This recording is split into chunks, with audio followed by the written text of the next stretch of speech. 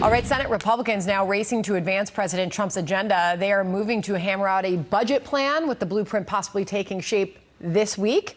Joining us now is Senator Shelley Moore Capito, Senate Republican Conference Chair. Yes. Best person to ask right now. Right. So what does happen with the budget this week, and how big will these cuts be potentially? Right. Well, we're moving forward with this. This sets out and really will fulfill a lot of the president's agenda, whether it's border, whether it's energy, international security, and then taxes. We passed the bill in 2017. We must extend the tax cuts for every American. I think that's important for not just Americans and small businesses as well. So we got a lot on our plate, but before we do this, not to get too technical, Sandra, because I know it gets in the weeds, is we have to reconcile our budget with the House, and that's what we're going to be doing this week. So are we looking at Wednesday? We're looking at Wednesday. Okay.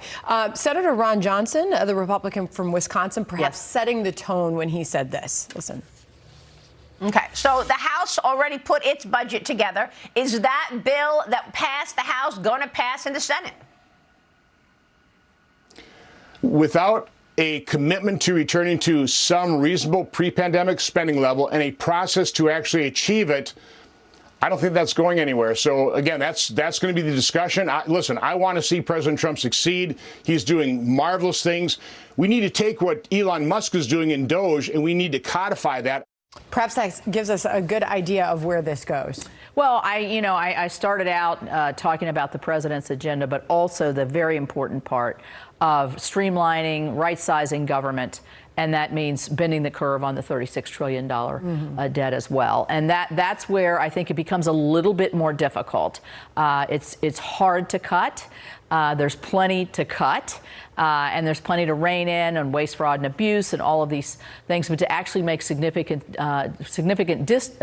difference, like Senator Johnson said, it's got to be large. We know that there was a very ambitious agenda laid out back in November that voters were very supportive of. Can the president's agenda be accomplished with all of this done, spending cuts and all?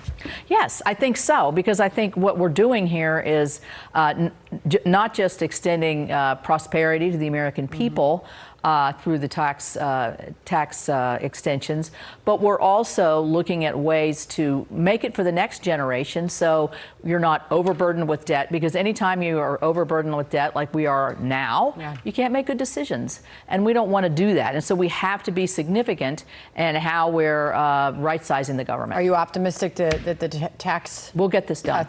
We will. We are really together like I've never seen. I watched the market reaction to that, because I know that there's a lot of folks who are wondering where that will eventually go. And Senator, great to have you here this morning. Thank you so much. Thank you so much. All right, Bill.